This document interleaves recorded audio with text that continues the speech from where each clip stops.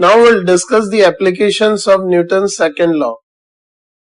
Basically, Newton's second law, all of you have studied. It is net sum of all forces acting on an object can be written as mass into acceleration.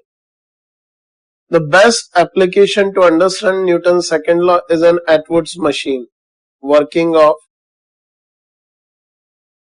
Atwood's machine.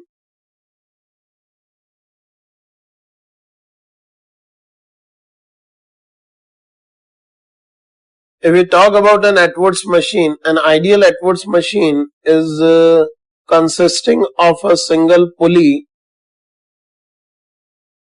and on the pulley an ideal string is passing over, connected to two blocks of masses m1 and m2 on the two sides.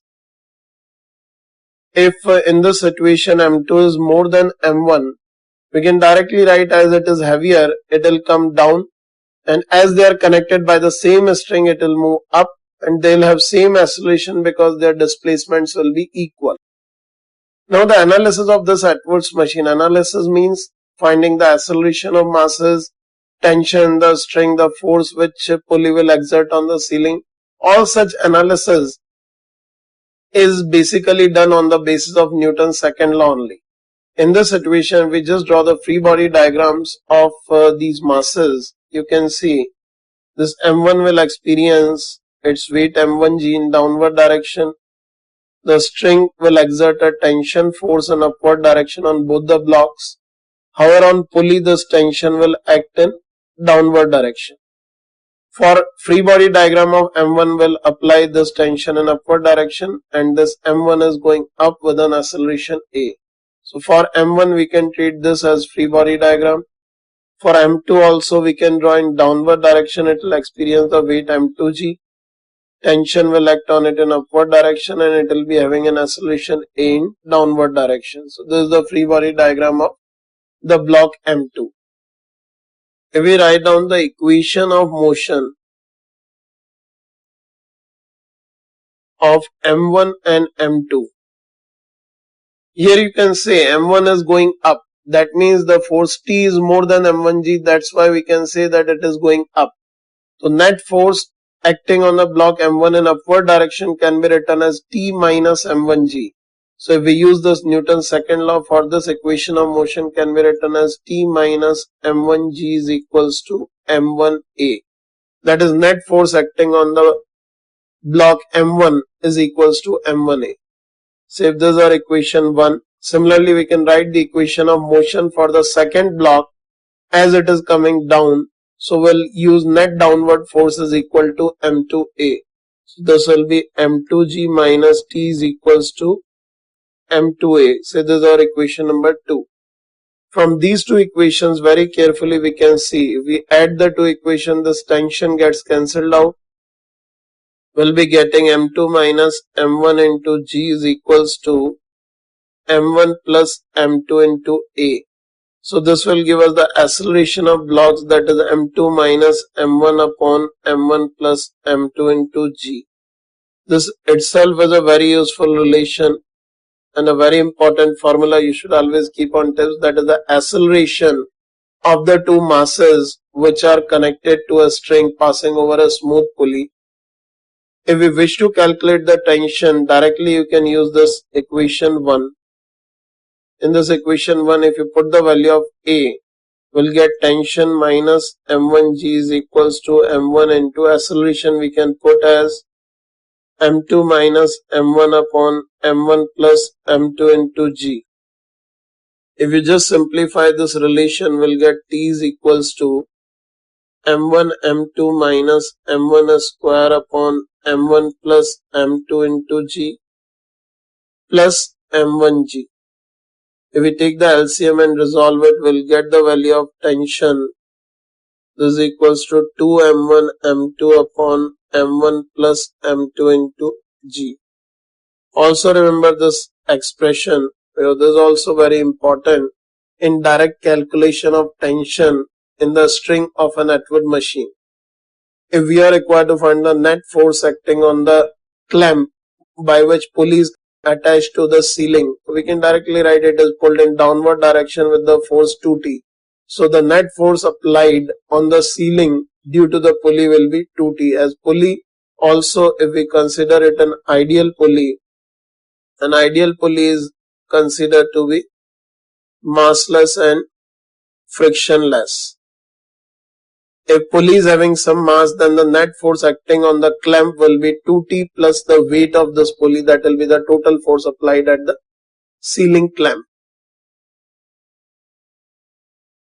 Let's see an example.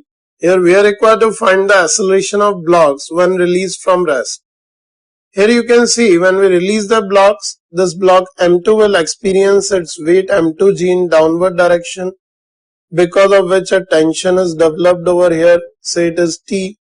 The same tension will be acting on this block toward right, due to which it will move in rightward direction.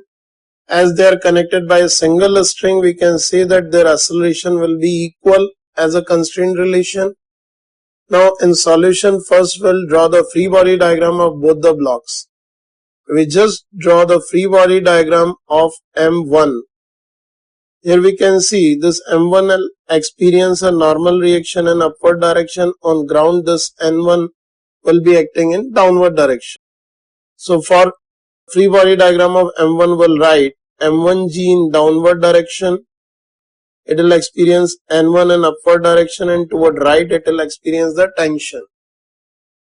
As the blocks are accelerating in free body diagram, it is also mandatory to denote acceleration.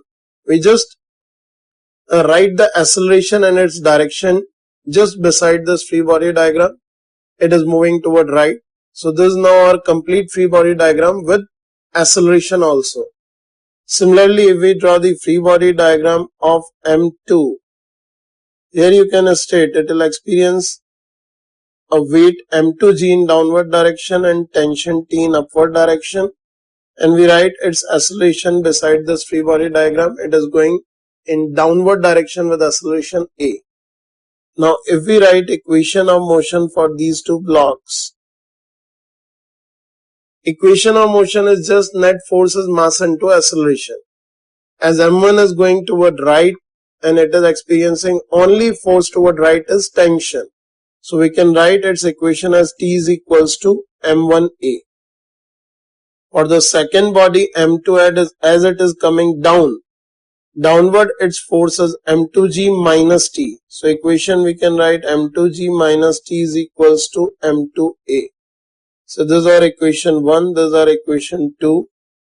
We can add 1 and 2 to get, if you add the two equations, we'll be getting M2g is equals to M1 plus M2 into A. On solving, we get the acceleration of the blocks, that is M2g over M1 plus M2. This is the answer to the problem. You can see the problem is quite simple. We just need to first draw free body diagrams. Then we need to draw the equation of motion, that is net forces mass into acceleration, and solving the equations will finally get the result. Let us take up one more example in sequence, and it will also help us to understand some more concepts related to free body diagrams and writing the equation of motions. Here we are asked to find the acceleration of M1 and M2 in the system shown in figure.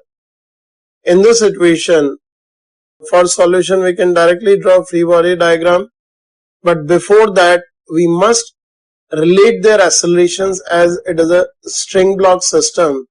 So we must develop a constraint relation in the motion of the two blocks.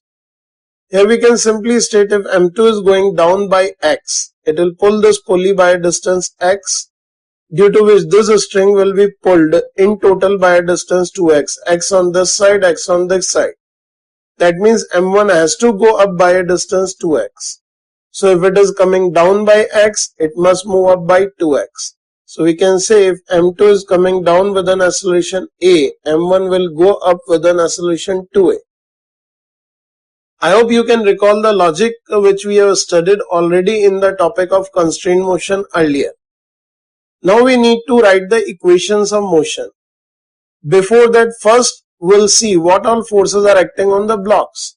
Obviously the blocks will be experiencing their weights in downward direction. It will be experiencing a downward weight M1g and it will be experiencing the downward weight M2G. If we talk about the tension due to M1, a tension T will be developed over here. In this whole string, if we consider the string to be ideal, everywhere the tension will be T. And now the block M2 which is connected to another string, say we consider here string tension is T1 because the string is changed, so tension will also be different. But we can easily find out a relation in T1 and T. As this pulley we can consider as an ideal pulley or massless pulley. We can write down one concept or a note which is very helpful for you in future also. You just write down a note. For a massless body, always sum of all forces acting on it is 0. As we know, sum of all forces acting on a body is mass into acceleration. If mass of body is 0, we can directly state its total force is equal to 0. So always write as well as keep this thing in mind that sum of all forces on a massless body is always equal to 0. So we can state as this pulley is massless, if it is considered to be ideal, it is massless. On this pulley in upward direction, the net force acting is 2T, T and T. And in downward direction, it will be experiencing a force T1. So here, if this is pulley X, so we can write for pulley X, we use T1 is equals to 2T. As the two forces, upward and downward, must be balanced at the total mass of pulley is equal to 0. Now if we directly write the equation of motion for M1 and M2, you can easily write down the equation of motion for M1 and M2. For M1 as it is going up, we can write down it equation as T minus M1G is equals to M1 into 2A. For block M2, we can write as it is coming down, we'll write M2G minus T1, which can be written as 2T is equals to M2 into A. Now from these two equations, you can eliminate T. You just multiply this first equation by a factor of 2 and add the two equations. You can see 2T and this minus 2T will cancel out. The factor which is left over here is M2 minus 2M1 into G is equals to M2 plus 4M1 into A. So this will give us the acceleration A, that is equals to M2 minus 2M1 upon M2 plus 4M1 into G. This is the answer to our question, or you can simply state this is the answer to the acceleration of M2, and acceleration of M1 will be double of this. So you can state acceleration of M2 is equals to A in downward direction, and acceleration of M1 is equals to it is 2A in upward direction, and the value of A is given by this.